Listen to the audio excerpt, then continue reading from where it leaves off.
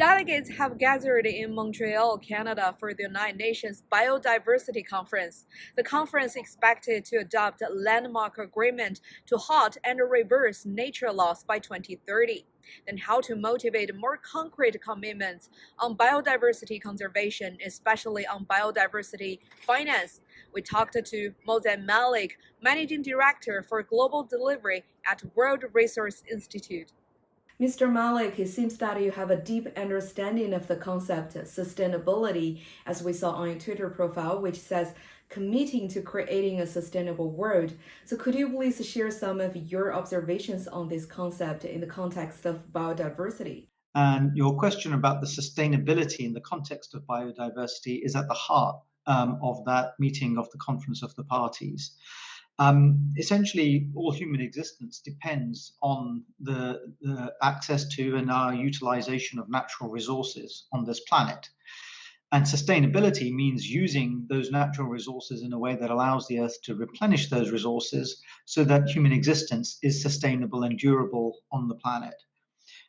Put another way, if the rate of extinction of biodiversity increases and outpaces evolution, then nature is weakened and our resilience wanes. And ultimately, that can lead to ecosystem collapse. The head of the UN Environment Agency, Inga Anderson, has put it very well in stating that we must eat and live in ways that are nature positive. Sustainability is also a key word in the Chinese government's work reports, and sustainable development is one of China's 5 major principles of development, which is reflected in various fields in China, including in ecological progress. So how do you evaluate China's practice of the concept of sustainability, especially in biodiversity conservation? So China is playing a very important role as a participant, as a contributor. So, for example, I referred earlier to the commitments that were made in 2020, the IEG biodiversity targets. China's more than fulfilled 3 of those, 3 of 20 targets there, and is making good progress against the others. But of course, that's still not the same as saying that we've completed all of those commitments made in 2020. And that's true for other countries too. China's also become a largest contributor to the core budget of the CBD and to the global, and a very generous donor to the Global Environment Facility. China set up the Kunming Biodiversity Fund and committed more than $200 million to support biodiversity protection in developing countries. So I think in all of those respects, we welcome China's leadership and activism on this agenda. Speaking of that, how do you look at the current process of biodiversity conservation in general? Because some felt it was slow and lacked concrete commitments and inputs. Do you share the same stance? Yes, progress is too slow. I think the assessment is that on our current trajectory, we are set to lose 1 million out of 8 million species on this planet. We really need some urgency and collective commitment to address this. We need really serious action, and that's what we're hoping for at the COP meeting in Montreal.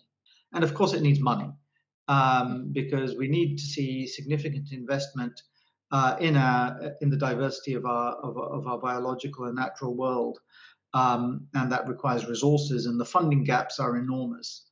So the estimate is that by 2030, biodiversity protection will need somewhere between $700 and $700 billion and $970 billion a year.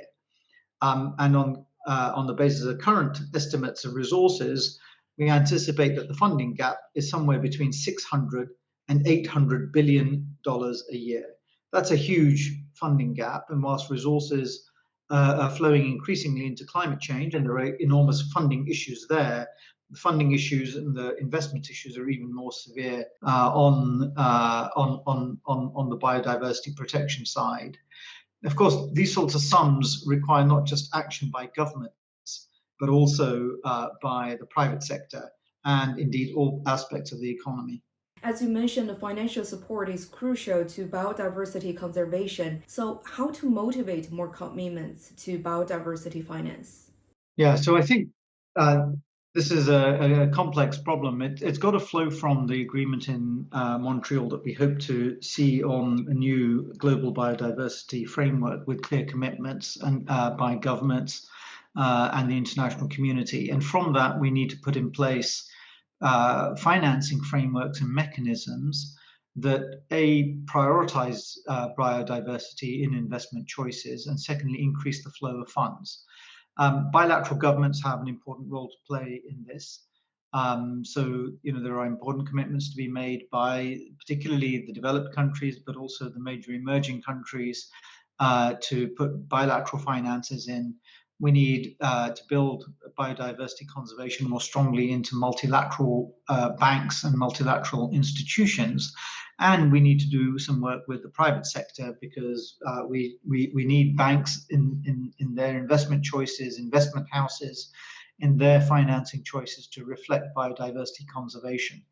That will take some time, but we do have a coalition of high ambition countries in this biodiversity conservation space, and amongst those countries, and including in our institution, the World Resources Institute, we're looking at the financing issues and how one creates those mechanisms and incentives in the finance industry to prioritize biodiversity conservation.